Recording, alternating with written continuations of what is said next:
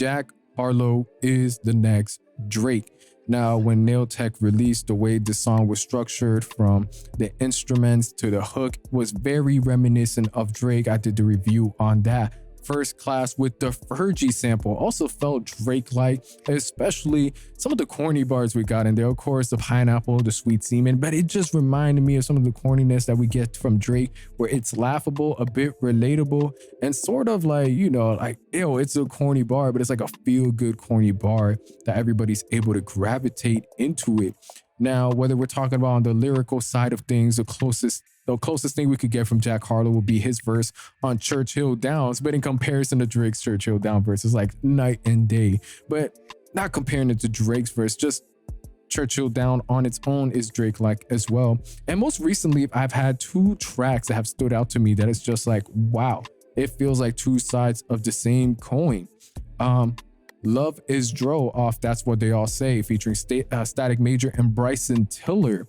And while I was listening to that, I'm like, wait a minute, this reminds me, as far as like the production, as far as like the slow tempo, this reminds me of After Dark with Static Major and Ty Dolla $ign, you know, from Scorpion. And, you know, after hearing these two tracks with similar production, similar producer, and even the structure, it just continuously reinforced for me Nail Tech.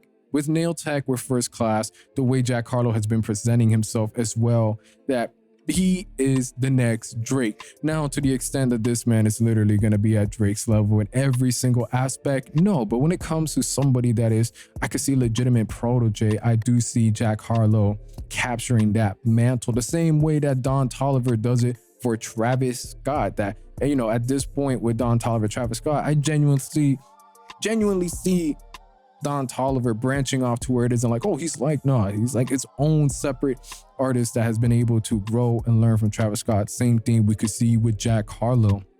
And another major component of this would be Jack Harlow putting, quote unquote, Kentucky on the map, making references to Kentucky, whether we're talking about like Route 66, whether we're talking about some of the landmarks, some of the spots in there, to where Drake doing the same thing with Toronto, Jack Harlow doing it with Kentucky. We see the blueprint, we see the game plan, and I'm extremely excited for this. I'm extremely excited for Jack Harlow's growth going forward and what other ways he will implement some of what Drake has done into where he's, you know, Jack Harlow is the next artist that's like the closest to the next Drake. Commercially, probably won't ever be like, you know, to the same point, but stylistically, aesthetically, and on some of the canvases, the way the music is structured, I can see it.